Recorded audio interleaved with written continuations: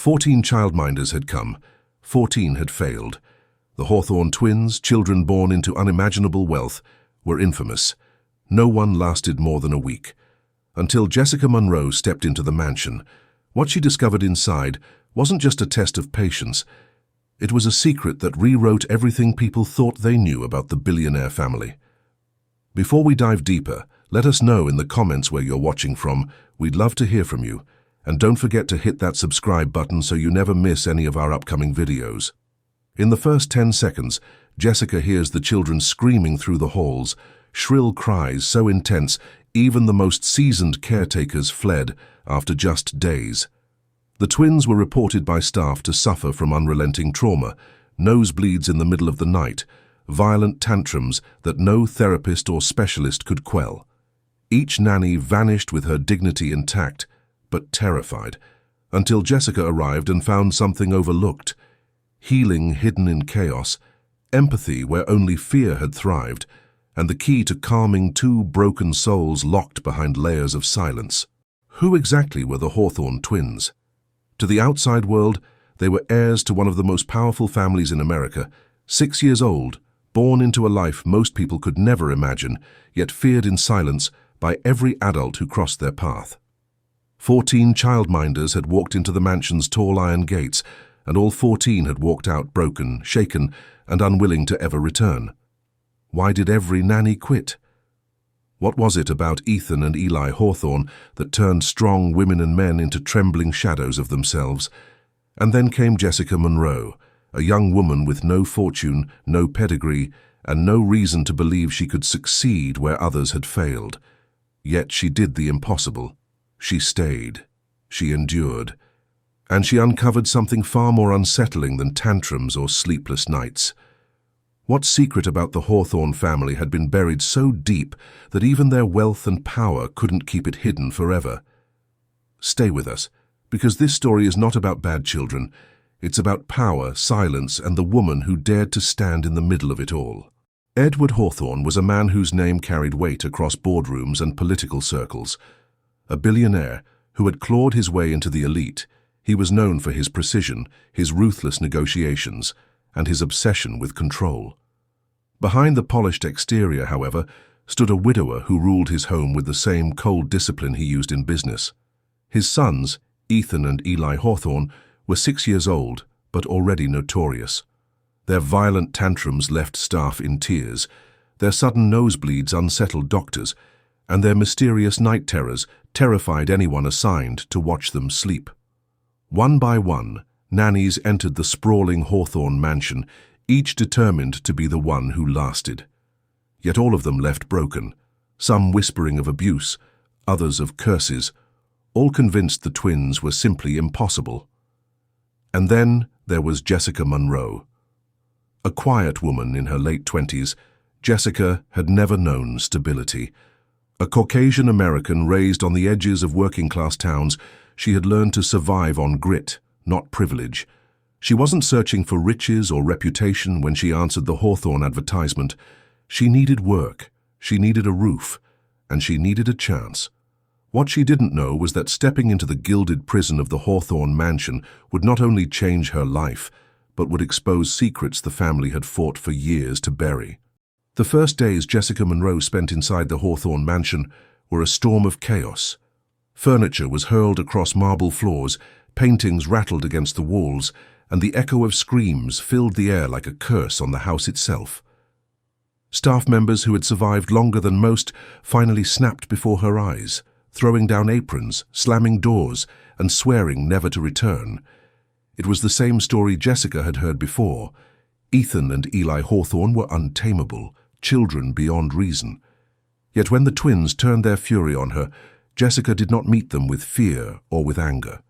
She met them with silence, with patience, and with a calm steadiness that unsettled even the staff watching from the hallway. The boys screamed, tested her, even tried to break her resolve. But Jessica didn't flinch. Hours into her second evening, when exhaustion should have overwhelmed her, Ethan's head slowly dropped onto her lap. Within minutes he was asleep, something staff swore was impossible. Word spread quickly. And when Edward Hawthorne found his son resting in the arms of a maid, his anger boiled. He accused Jessica of overstepping, of trying to fill a role she had no right to claim. And in that moment his control slipped. In a fit of rage, Edward struck Jessica across the face.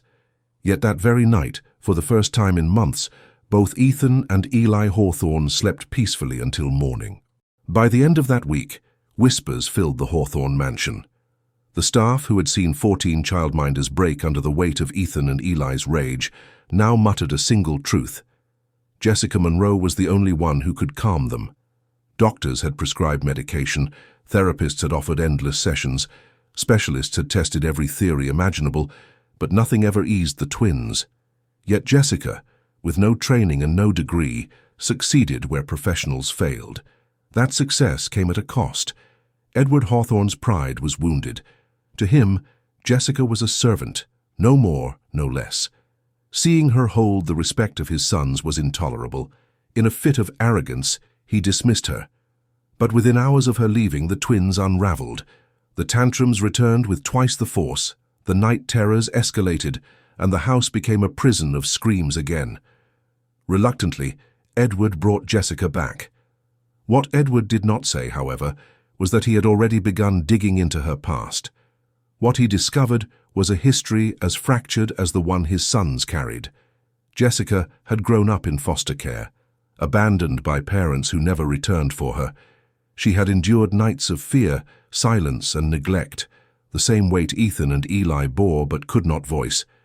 It was this quiet familiarity with suffering that allowed her to reach them. Yet, as the bond deepened, Jessica began to notice unsettling details the others had missed.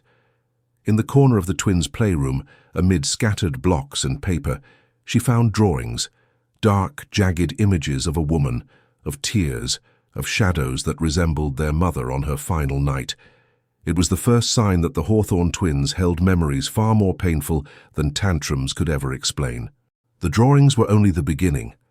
As Jessica Monroe spent more nights inside the Hawthorne mansion, she noticed the patterns in Ethan and Eli's behavior, how their tantrums always grew worse near the anniversary of their mother's death, how their night terrors were marked by the same desperate cries, the same word repeated in trembling voices, "Mama."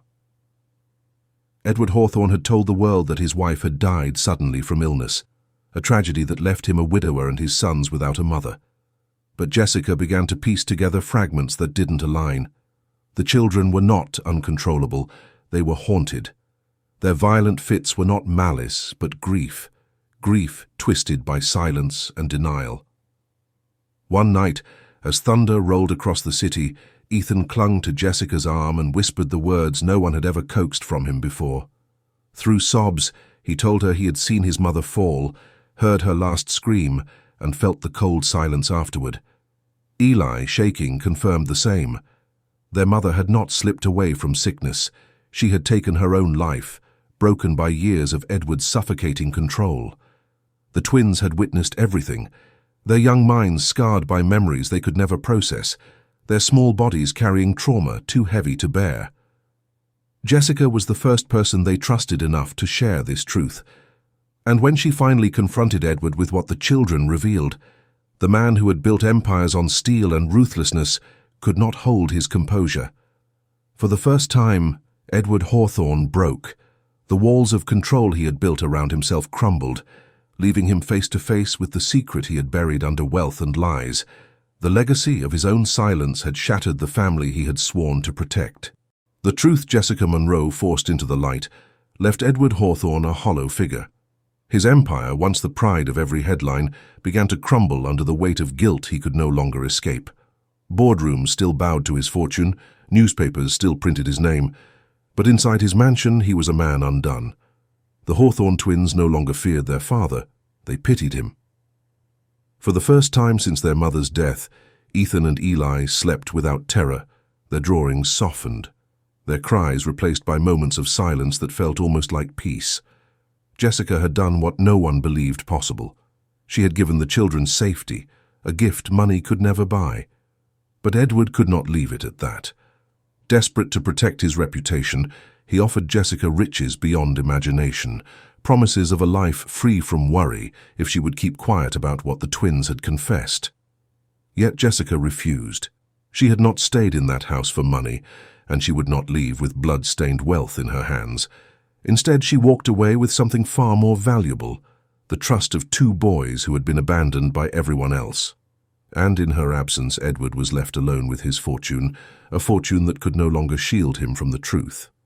In the end, Edward Hawthorne would be remembered for his empire, but Ethan and Eli would remember Jessica Monroe, the woman who gave them what money never could, safety. So what do you think? Were Ethan and Eli Hawthorne victims of wealth or of silence? Would you have endured what Jessica Monroe faced, staying inside the Hawthorne mansion despite Edward Hawthorne's rage? Or would you have walked away? Drop your thoughts in the comments. We read every single one. And if you thought this story was shocking, wait until you hear about the nanny who uncovered a billionaire's darkest secret and brought down his empire. Subscribe now so you don't miss it.